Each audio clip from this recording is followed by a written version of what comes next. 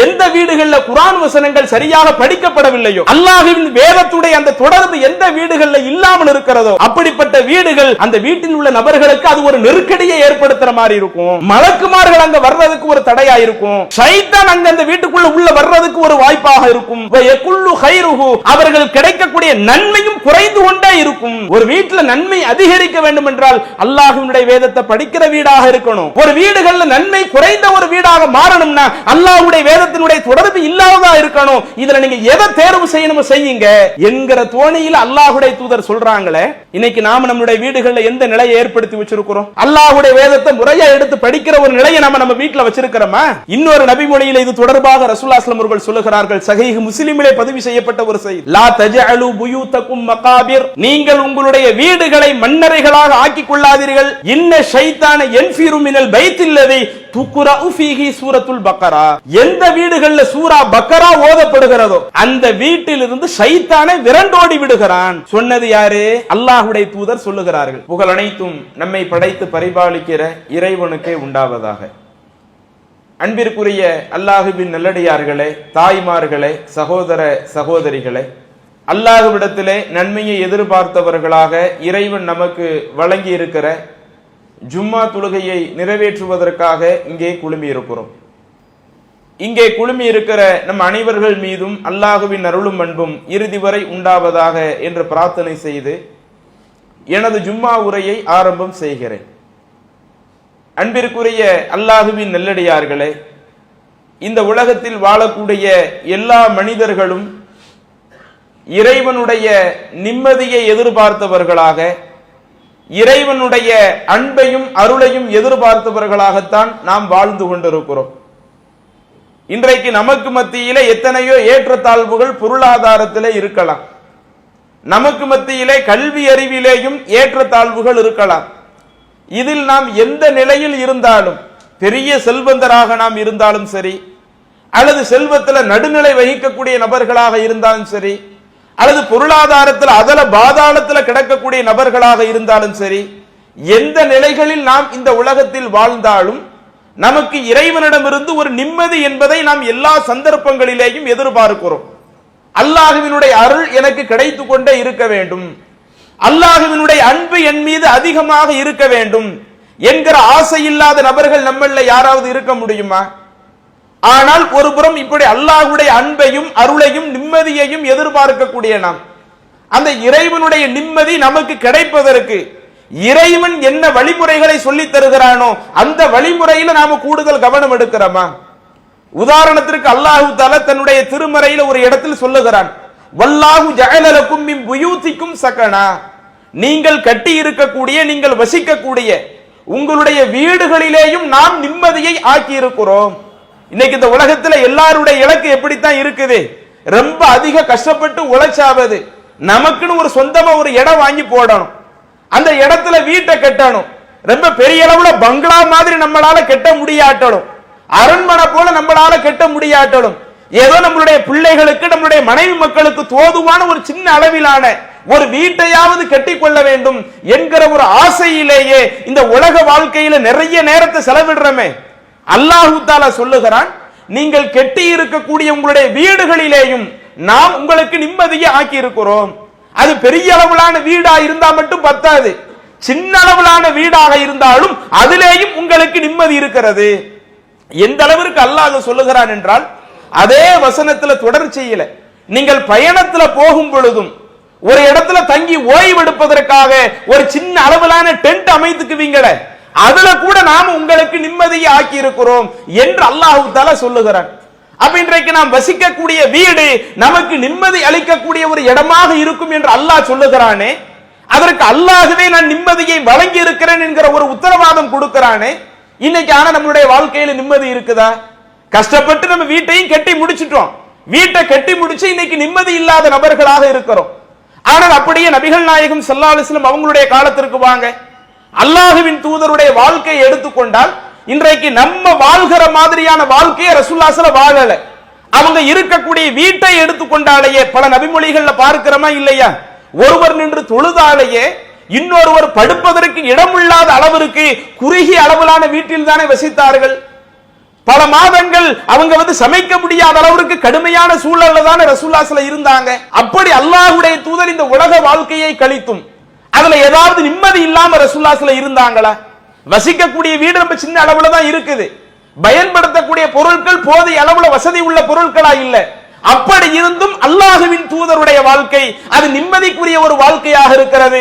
ஆனால் இன்றைக்கு நாம நம்முடைய சக்திக்குட்பட்டு எவ்வளவோ வசதிகளை வீட்டில் ஏற்படுத்தி வச்சிருக்கிறோம், எவ்வளவோ கஷ்டப்பட்டு வீட்டை கட்டி வச்சிருக்கிறோம். ஆனா இன்றைக்கு நமக்கு நிம்மதி இல்லை என்று சொன்னால் அதற்கு என்ன காரணம்? நமக்கு நம்முடைய வீட்டில் இறைவனுடைய நிம்மதி கிடைக்க வேண்டும் என்றால் அதற்கு அல்லாஹ் சில விஷயத்தை சொல்லி தருகிறான். நபிகள் நாயகம் ஸல்லல்லாஹு அலைஹி வஸல்லம் அவர்கள் சில விஷயத்தை சொல்லி தருகிறார்கள். வீட்டை கட்டுவதற்கு முக்கியத்துவம் எடுக்கக்கூடியவர்கள். இன்னும் சொல்ல போனால் சில நேரங்கள்ல மார்க்கத்துல இல்லாத 7, 8, 6 வீட்டுக்கு முன்னாடி எழுதி போட்டிருப்பாங்க. சரி, அப்படியாவது நம்ம வீட்டுக்கு அல்லாஹ்வுடைய பரக்கத்து வரட்டுமே, நம்ம வீட்டுல ஒரு நிம்மதி கிடைக்கட்டுமே என்று நிம்மதிக்காக மார்க்கத்துல இல்லாத காரியத்தை செய்யக்கூடியவர்கள். இன்னும் சில மக்களை எடுத்துக்கிட்டா புது வீடு புகுவிழா என்று சொல்லிக்கொண்டு அன்றைய தினம் ஃபஜ்ர் தொழுகையில நம்ம எல்லாரும் வீட்டுல ஜமாத்தா ஃபஜ்ர் தொழுதுருவோம். அப்படி புது வீட்டுல போய் ஜமாத்தா ஃபஜ்ர் தொழுதுட்டோம்னா அதை வச்சாவது நமக்கு நிம்மதி கிடைச்சிராதா? இன்னும் சில இடங்கள்ல அடுத்த நாள் அந்த வீட்டுல குடி போக போறாங்கன்னா அதுக்கு முந்தைய இரவுல சில ஆட்களை வர சொல்லி மௌலிதுகளை ஓத சொல்லி ராத்திபுகளை ஓத சொல்லி இப்படியாவது நம்ம வீட்டுக்கு நிம்மதி கிடைச்சிராதா என்று மார்க்கத்தில் இல்லாத பல விஷயத்தை தேடி செல்லக்கூடிய நாம் எதை மார்க்கம் சொல்லி இருக்கிறதோ, என்ன காரியத்தை ஒரு குடும்பத்தில் உள்ளவர்கள் கடைபிடித்தால் அந்த வீட்டிலே நிம்மதி கிடைக்கும் என்று மார்க்கத்தில் சொல்லப்பட்டிருக்கிறதோ அதில் கூடுதல் கவனம் எடுத்திருக்கிறோமா? அதுல இஸ்லாமிய மார்க்கம் எதையெல்லாம் பிரதானமாக சொல்லுகிறது? அல்லாஹ்வுடைய தூதர் நபிகள் நாயகம் ஸல்லல்லாஹு அலைஹி வஸல்லம் அவர்கள் சொல்லுகிறார்கள், உங்களுடைய வீடு இறைவனுடைய நிம்மதிக்குரிய ஒரு வீடாக இருக்க வேண்டும் என்றால் உங்களுடைய வீடுகள்ல தொழுகைகளை முறையாக கடைபிடிக்க ஆரம்பியுங்கள். இப்ப ஆண்களாக இருக்கக்கூடியவங்க நாம பள்ளிவாசல்ல தான் தொழுகணும். நாம நம்முடைய வீடுகள்ல தொழுகிறதை விட, நாம நம்முடைய கடை விதிகள்ல தொழுகிறதை விட பள்ளிவாசல்ல தான் நாம ஐவேளை தொழுகணும் என்று நமக்கு சொல்லப்பட்டிருக்குது. இதே மார்க்கத்தில் தான் அந்த ஐவேளை தொழுகையை தாண்டி இதர சுன்னத்தான தொழுகைகள் இருக்குது. அந்த சுன்னத்தான தொழுகைகளை நீங்க உங்க வீட்டுல கடைபிடிங்க. எந்த அளவிற்கு அல்லாஹ்வுடைய தூதர் சொல்லி காட்டுகிறார்கள் என்று சொன்னால் சஹீஹுல் புகாரியிலே பதிவு செய்யப்பட்ட ஒரு நபிமொழி, இஜஅலு ஃபீ புயூதிக்கும் மின் ஸலாத்திக்கும், உங்களுடைய வீடுகளிலேயும் நீங்கள் உங்களுடைய தொழுகைகளை அமைத்துக் கொள்ளுங்கள். வலா தத்தஹிதுஹா குபூரா, நீங்கள் உங்களுடைய வீடுகளை மண்ணறைகளாக ஆக்கிக் கொள்ளாதீர்கள். வீடுகளை மண்ணறையாக ஆக்கிக்கிடாதீங்க. என்ன அர்த்தம்? இன்னைக்கு நம்ம யாராவது வீட்டுல இறந்தவங்களை வீட்டுல அடக்கம் பண்றோமா? முஸ்லிம்கள்ல யாருமே நாம என்ன செய்ய மாட்டோம், மத்த சமூகத்துல வேண்டுமானால் இருக்கலாம். குடும்பத்துல ஒரு ஆள் இறக்குறாங்கன்னா இறந்தவங்களை வீட்டுல ஒரு ஓரத்துல அல்லது தோட்டத்துல ஒரு ஓரத்துல அடக்கம் செய்வது மத்த சமூகத்துல இருக்கலாம். இஸ்லாமிய மக்கள் யாருமே இறந்த யாரையும் நாம நம்முடைய வீடுகள்ல என்ன செய்யறது இல்ல, அடக்கம் பண்றது இல்ல. ஆனா ரசூலுல்லாஹ் என்ன சொல்றாங்க, உங்களுடைய வீடுகளை தொழுமிடமாக நீங்கள் ஆக்கிக் கொள்ளுங்கள்னு சொல்லிட்டு உங்க வீடுகளை நீங்க மண்ணறையாக ஆக்கிறாதீங்க. ஏன்னா ஒரு கபர்ஸ்தான்ல ஒரு கபரை நோக்கி தான் நாம என்ன செய்ய மாட்டோம், நாம எந்த ஒரு தொழுகையை அமைச்சுக்க மாட்டோம். அப்ப ஒரு இடத்தில் இறந்தவர் அடக்கம் செய்யப்பட்டிருக்கிறார் என்றால் அந்த இடத்துல நின்று அதை நோக்கி தொழுவதற்கு நம்ம மார்க்கத்துல தடுக்கப்பட்டிருக்குது. நாம அந்த இடத்துல தொழாம இருப்போம். அப்படிப்பட்ட ஒரு மன்னர் யாரும் அடக்கம் செய்யப்படாட்டலும் நீங்க அங்கு தொழுகை நிறைவேற்றாத ஒரு இடமாக உங்களுடைய வீடுகளை ஆக்கிக் கொள்ளாதீர்கள் என்று அல்லாஹ்வுடைய தூதர் சொன்னார்களே. இன்றைக்கு இந்த தொழுகைக்கு முக்கியத்துவம் கொடுக்கக்கூடியவர்கள் எத்தனை பேர்? ஆண்கள்ல பல மக்கள் ரமலான் மாதம் வந்தால் மட்டும் ஐவேளை தொழுகைக்கு முக்கியத்துவம் கொடுக்கிறாங்க. ரமலான் மாதம் கழிந்து விட்டால் ஆண்கள் பள்ளிவாசல்ல தொழுகிறதுக்கு முக்கியத்துவம் கொடுக்கிறது இல்லை. அப்படி பள்ளிவாசலிலேயே தொழக்கூடிய நபர்களாக இருந்தாலும் சுன்னத்தான தொழுகைகளை நம்ம வீடுகள்ல தொழுகிறது இல்லை. இப்படி அந்த தொழுகையை நாம் நம்முடைய வீட்டிலே அமைக்காமல் இருந்தால், இன்னும் நம்முடைய குடும்பத்தில் உள்ள பெண்களும் இன்றைக்கு எப்படி உருவாகி கொண்டிருக்கிறார்கள்? ஆரம்பத்தில் இருந்தாங்க பெண்கள் எல்லாம் வீட்டில் ஐவேளை தொழுகையை முறையாக கடைபிடிக்கக்கூடியவர்களாக பல வருடங்களுக்கு முன்னாடி இருந்தாங்க. இன்னைக்கு போனும் கையுமாக வந்த பிறகு, டிவியும் வீடுமாக ஆன பிறகு இன்றைக்கு அந்த தொழுகைகளை கூட பெண்கள் வீட்டில் நிறைவேற்றுவது கிடையாது. ஐவேளை தொழுகை நிறைவேற்றாம சுன்னத்தான தொழுகை நிறைவேற்றாம இப்படி இறைவனுடைய அந்த வணக்க வழிபாடு நிறைவேற்றப்படுகிற அந்த தொழுகை நிறைவேற்றப்படுகிற ஒரு இடமாக ஒரு வீடு இல்லாமல் இருந்தால் அதுல எப்படி அல்லாஹ்வுடைய நிம்மதி இருக்கும்? இன்னும் நபிகள் நாயகம் ஸல்லல்லாஹு அலைஹி வஸல்லம் அவர்கள் இன்னொரு நபிமொழியிலே சொல்லி காட்டினார்கள். சஹீஹ் முஸ்லிமிலே பதிவு செய்யப்பட்ட ஒரு செய்தி, இதா கல்லா அஹதுக்கும் ஸலாத்த ஃபீ மஸ்ஜிதிஹி, உங்கள ஒருவர் பள்ளிவாசல்ல தொழுகையை நிறைவேற்றினாலும், பள்ளிவாசல்ல கடமையான தொழுகையை நிறைவேற்றுவீங்க, இப்படி பள்ளிவாசல்ல நீங்கள் தொழுகையை நிறைவேற்றினாலும் ஃபல் யஜ்அல் லி பைத்திஹி நஸீபம் மின் ஸலாத்திஹி, உங்க வீடுகளிலேயும் சில தொழுகைகளை நீங்கள் அமைத்துக் கொள்ளுங்கள். நீங்க தொழத்தான் செய்யறீங்க, பள்ளிவாசலுக்கு வரத்தான் செய்யறீங்க, பள்ளிவாசல்ல வந்து தொழுகை நிறைவேற்றினாலும் உங்களுடைய வீடு எப்படி இருக்கக்கூடாது, தொழப்படாத ஒரு இடமா இருந்திடக்கூடாது.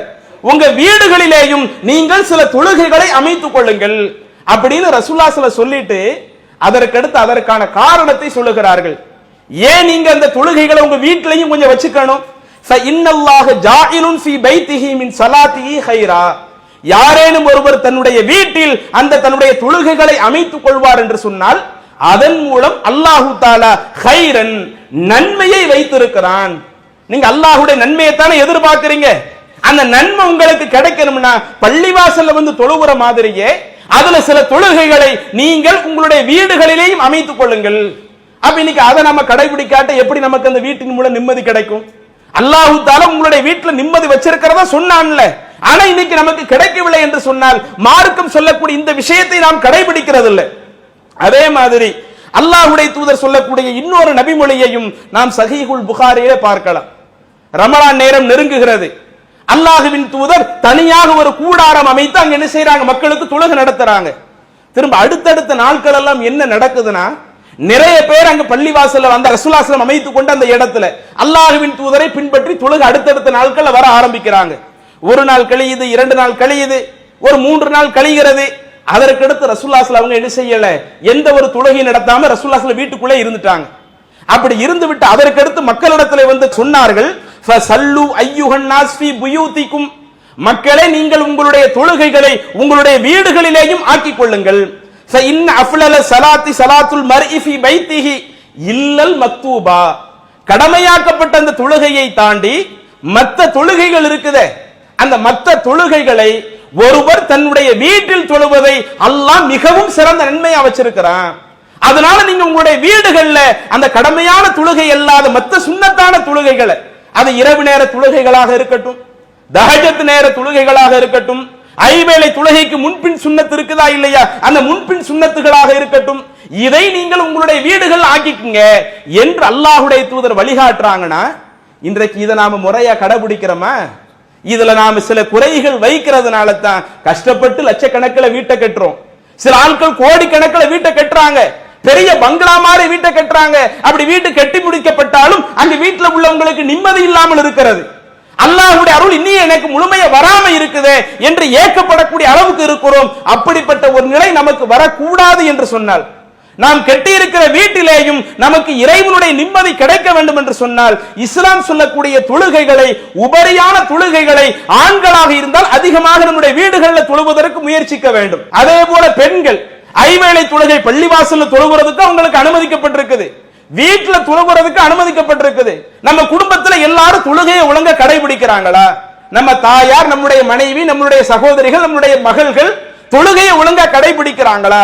இதுல நாம கொஞ்சம் கூடுதல் கவனம் எடுத்தாலேயே அது நமக்கு அல்லாஹ்வுடைய அருள் நிறைந்த ஒரு வீடாக அமையும். அதனால தான் நீங்க ஹதீஸ்ல புரட்டி பாத்தீங்கன்னா, ரசூலுல்லாஹி ஸல்லல்லாஹு அலைஹி வஸல்லம் அவங்க பல திருமணங்கள் செய்திருந்தாங்கல்ல, அதுல நம்ம ஹதீஸ்ல தேடி பார்த்த வர சில மனைவியர்களுடைய வீட்டுல ரசூலுல்லாஹி ஸல்லல்லாஹு அலைஹி வஸல்லம் அவங்க இரவு நேர தொழுகையை தொழுது இருக்கிறாங்க. மத்த மனைவிமார்கள் வீட்டுல தொழுத செய்திகள் ஹதீஸ்ல பார்க்க முடியல. அன்னை ஆயிஷா ரலியல்லாஹு அன்ஹா அவங்க வீட்டுல ரமலான் மாதத்தையும் தாண்டி மற்ற நாட்களிலேயும் ரசூலுல்லாஹி ஸல்லல்லாஹு அலைஹி வஸல்லம் அவர்கள் தொழுது இருக்கிறார்கள். நாம் அதிகமா கேள்விப்பட்ட ஒரு நபிமொழி, நான் தொழுகையில் அல்லாஹ்வின் தூதருக்கு குறுக்க படுத்திருப்பேன், ரசூலுல்லாஹி ஸல்லல்லாஹு அலைஹி வஸல்லம் அவங்க தொழுகையை நிறைவேற்றுவாங்க, சுஜூதுக்கு வரும்போது என் காலில் குத்துவாங்க, குத்துன உடனே என் காலை மடக்கிக்குவேன், திரும்ப ரசூலுல்லாஹி ஸல்லல்லாஹு அலைஹி வஸல்லம் சுஜூத் எல்லாம் முடிச்சிட்டு மீண்டும் நிலைக்கு வந்தா என்னுடைய காலை நீட்டிக்குவேன், ஏன்னா அன்றைய காலத்துல எங்க வீட்டுல லைட் இல்ல என்று சொல்லக்கூடிய செய்தியை பார்க்கிறோம்ல.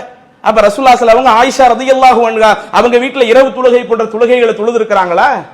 அதே போல நபிகள் நாயகம் ஸல்லல்லாஹு அலைஹி வஸல்லம் அவங்களுடைய இன்னொரு மனைவி மைமூனா ரலியல்லாஹு அன்ஹா, இவங்க யாருன்னா இப்னு அப்பாஸ் ரலியல்லாஹு அன்ஹு அவர்களுக்கு சின்னமா முறை வேணும்.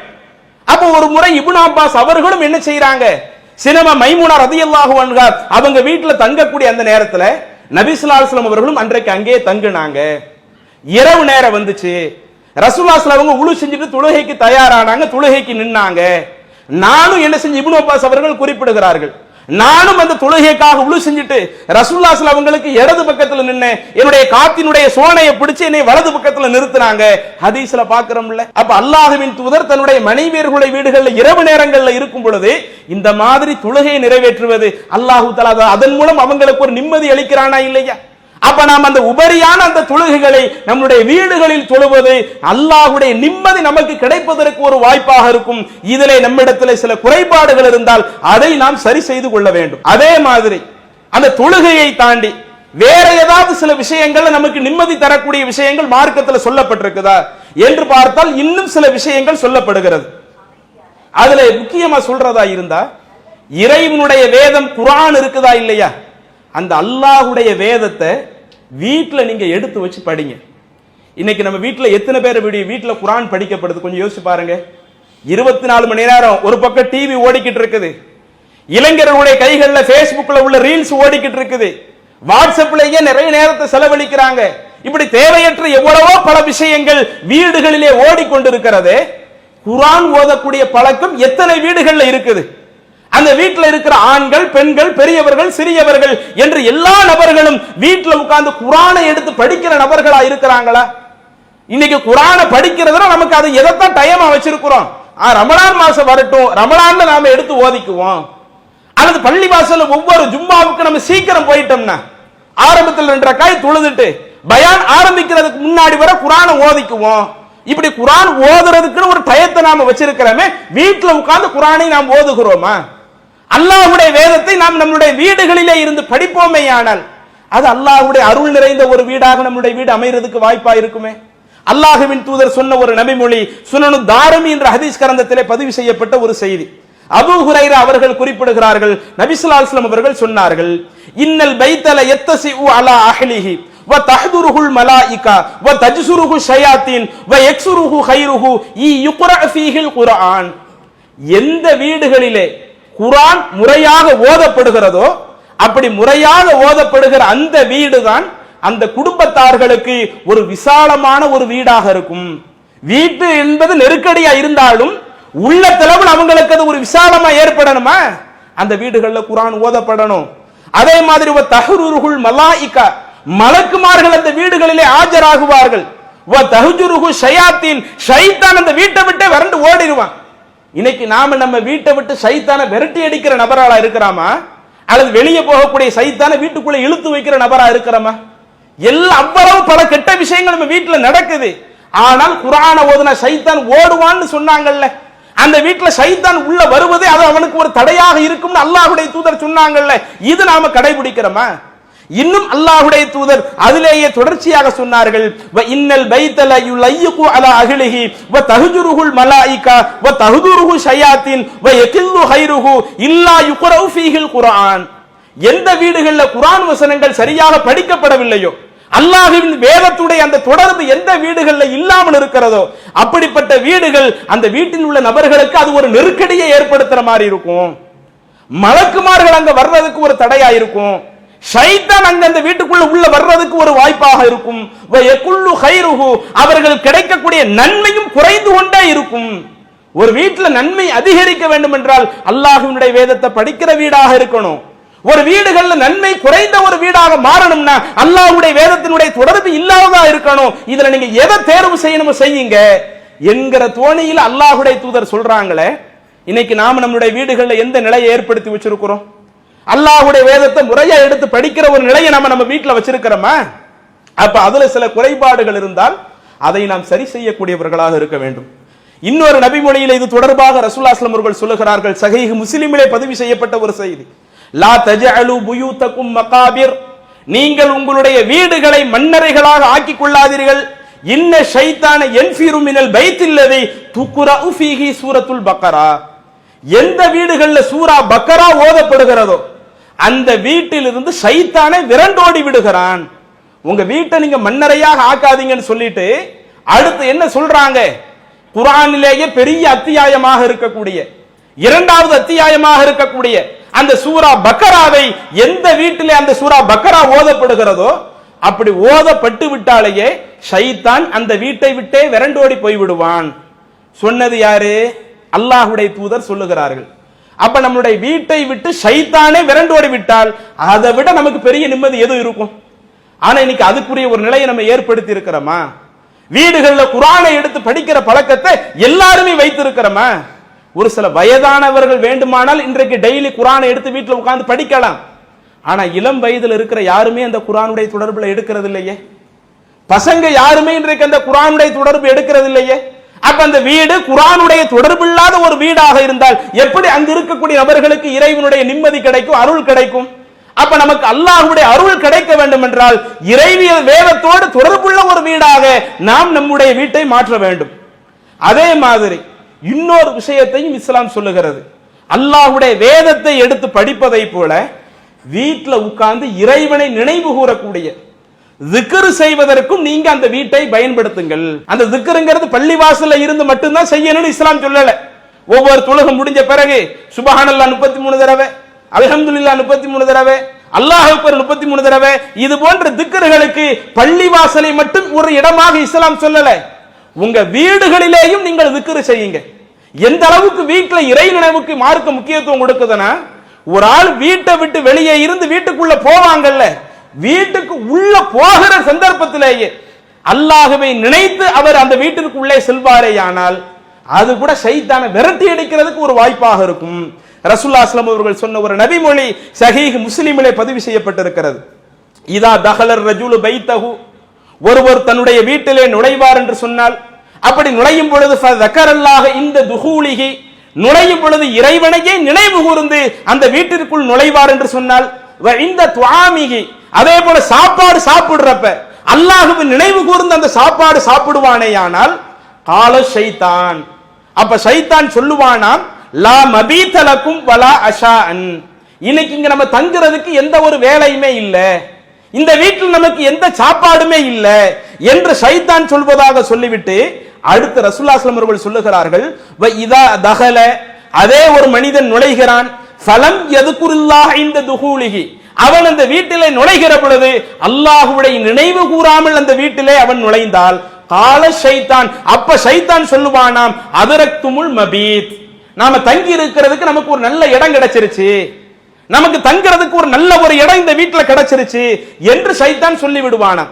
அதே போல இதாலம் எதுக்குரில்லாக இந்த துஆமிஹி, அவன் சாப்பாடு சாப்பிடுறப்ப அப்பையும் அல்லாஹ்வை நினைவு கூறாதவனாக இருந்தால் கால, அப்ப ஷைத்தான் சொல்லுவானாம், அதரக்துமுல் மபீத வல் அஷாஅ, இந்த வீட்டுல நமக்கு தங்குறதுக்கு வாய்ப்பு கிடைச்சிருக்குது, இந்த வீட்டுல நமக்கு சாப்பாட்டுக்கு வாய்ப்பு கிடைச்சிருக்குது என்று ஷைத்தான் சொல்வதாக அல்லாஹ்வுடைய தூதர் சொன்னார்களே. அப்ப இந்த நபிமொழியில ரசூலுல்லாஹி ஸல்லல்லாஹு அலைஹி வஸல்லம் என்ன சொல்ல வர்றாங்க?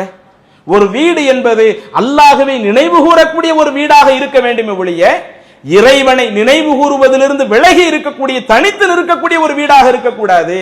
வீட்டுக்குள்ள போகும் பொழுது நீங்கள் அந்த இறை நினைவோடைய உள்ள போங்க என்று மார்க்கம் வழிகாட்டுகிறது. அதே முஸ்லிம் ஹதீஸ் கிரந்தத்தில் பதிவு செய்யப்பட்ட இன்னொரு செய்தி, ரசூலுல்லாஹி ஸல்லல்லாஹு அலைஹி வஸல்லம் அவர்கள் சொல்லுகிறார்கள், மஸலுல் பைத்தில்லதி யுதுக்கருல்லாஹு ஃபீஹி, எந்த வீடுகள் அல்லாஹ்வினுடைய பெயர் நினைவு கூறப்படுகிறதோ அந்த வீட்டிற்கு உதாரணம், வல் பைத்தில்லதி லா யதுக்குருல்லாஹ ஃபீஹி, எதில் அல்லாஹ்வினுடைய பெயர் நினைவு கூறப்படாமல் இருக்கிறதோ அந்த வீட்டிற்கும் உதாரணம், மஸலுல் ஹய்யி வல் மையித், உயிரோடு இருப்பவனுக்கும் இறந்தவனுக்கும் உதாரணம். எந்த வீடு உயிர்ப்போடு இருக்கிறது?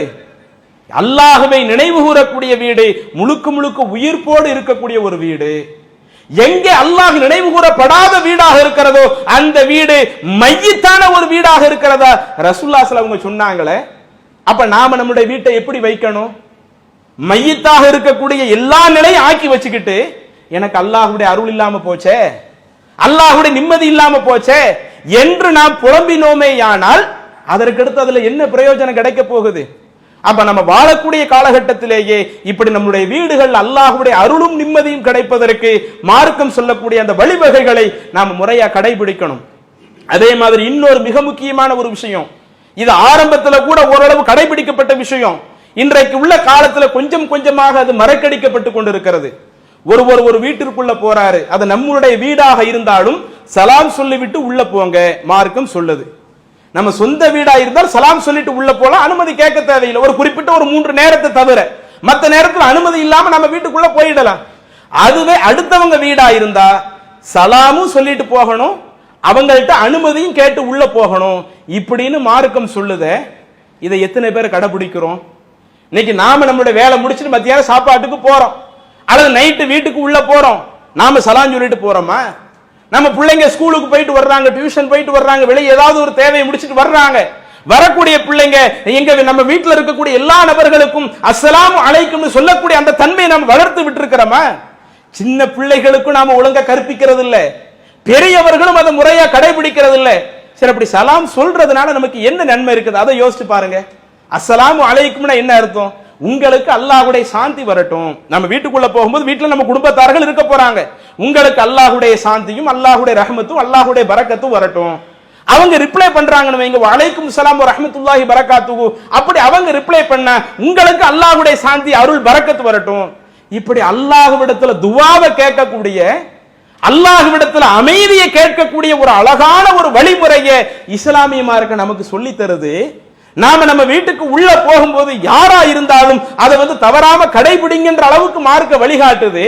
அப்ப இது போன்ற துஆக்களை நாம அதிகப்படுத்தணும்னா வீடுகள்ல போகக்கூடிய எல்லா சந்தர்ப்பங்களிலேயும் இந்த சலாம் சொல்லுகிற ஒரு பழக்கத்தை நாம வளர்த்துக்கிட்டாலேயே, உள்ள இருக்கிறவங்க அதற்கு மறுமொழி சொல்லக்கூடிய, அதற்கு பதிலளிக்கக்கூடிய பழக்கத்தை வளர்த்துக்கிட்டாலேயே, நாம ஒருவருக்கொருவர் அல்லாஹ்விடத்துல உதவியை தேடுகிற பொழுது அது இறைவனால் ஏற்றுக்கொள்ளப்பட்ட ஒரு நேரம் ஆயிடுச்சுன்னு வைங்க, அல்லாஹ்வுடைய அருள் நமக்கு கடைசி வரை இருக்கும்ல, அல்லாஹ்வுடைய சாந்தி நமக்கு கடைசி வரை இருக்கும்ல. அப்ப அந்த அல்லாஹ்வுடைய அன்பும் அருளும் கிடைப்பதற்கு அந்த சலாம் சொல்லக்கூடிய ஒரு வழிமுறையை மார்க்கம் சொல்லுகிறது. அதை நாம கடைபிடிக்காம இருக்கிறோம். அப்ப இதுல உள்ள அந்த குறைபாடுகளை எல்லாம் நாம் சரி செய்து கொள்ள வேண்டும். இறுதியாக இன்றைக்கு சில வீடுகள்ல டைல்ஸ்ல கூட பார்க்கலாம், சில நேரங்கள்ல உருவப்படங்கள் இருக்கிறது. ஆரம்பத்துல உருவப்படத்தை அதிகமாக வெறுத்த சமுதாயமாக இந்த இஸ்லாமிய சமூகம் இருந்துச்சு. மத்த சமூகத்தில் என்ன செய்வாங்க, அந்த வீட்டில் உள்ள பெரியவங்களை உருவமாக அவங்க போட்டோவாக மாட்டி வைத்திருப்பார்கள். இறந்து விட்டால் அந்த போட்டோவுல மாலைகளை மாட்டி வைத்திருப்பார்கள். அந்த பழக்கம் நம்ம சமூகத்தில் யார்கிட்டயுமே ஆரம்பத்தில் இல்லாம இருந்துச்சு. கேட்டா அந்த உருவப்படம் வைக்க கூடாது என்று நாம விளங்கி இருந்தோம். ஆனால் இன்றைக்கு சில வீடுகள்ல பார்க்கும் பொழுது அந்த வீடுகள்ல உள்ள டைல்ஸ்ல அதுல சில உருவங்கள் பொறிக்கப்படுகிறது. அதை அவங்க கவனிக்காம இருக்கிறாங்க, அதுல சில நேரங்கள் அலட்சியமாக இருக்கிறாங்க. அப்ப இதுல மார்க்கம் நமக்கு என்ன சொல்லுகிறது? அல்லாஹ்வுடைய தூதர் சொல்லி காட்டுகிறார்களா இல்லையா? எந்த வீடுகள்ல உருவப்படங்கள் இருக்கிறதோ, எந்த வீடுகள்ல நாய் இருக்கிறதோ அங்கே வானவர்கள் நுழைய மாட்டார்கள். வானவர்கள் அருளை கொடுக்கக்கூடிய வானவர்கள், அல்லாஹ்வுடைய அருளை கொண்டு வரக்கூடிய வானவர்கள் இருக்கிறாங்களா இல்லையா? அந்த வானவர்கள் உருவப்படங்கள் இருக்கக்கூடிய நாய் இருக்கக்கூடிய வீட்டில் நுழைய மாட்டார்கள் அல்லாஹ்வுடைய தூதர் சொன்னார்களே. இன்றைக்கு நாம் வீடு கட்டுகிறோம் என்ற பெயரில் இது நல்ல ஸ்டைலா இருக்குது, மற்ற அந்த டைல்ஸினுடைய ஸ்டைலுக்கு முக்கியத்துவம் கொடுத்து விட்டு அதுல உள்ள சில உருவங்களை நாம் கவனிக்காமல் விட்டு விட்டால் அது கூட நமக்கு அல்லாஹ்வுடைய அருள் கிடைக்காமல் போவதற்கு, அருளை கொண்டு வரக்கூடிய வானவர்கள் இல்லாமல் போவதற்கு அது ஒரு காரணமாக போய்விடும். அப்ப இதையும் கொஞ்சம் கவனத்தில் கொண்டு இப்படி மார்க்கம் என்னென்ன விஷயங்களை நாம நம்முடைய வீடுகளில் கடைபிடித்தால் அல்லாஹ்வுடைய நிம்மதியும் அருளும் கிடைப்பதாக மார்க்கம் சொல்லுகிறதோ அது போன்ற விஷயங்கள்ல கூடுதல் கவனம் எடுத்து நடக்கக்கூடிய நன்மக்களாக நாம மாறுவோம். அல்லாஹ் அப்படிப்பட்ட ஒரு வாய்ப்பை நமக்கு தருவானாக என கூறி முதல்வர் நிறைவு செய்கிறேன். அஸ்ஸலாமு அலைக்கும். அல்லாஹு அக்பர், அல்லாஹு அக்பர்.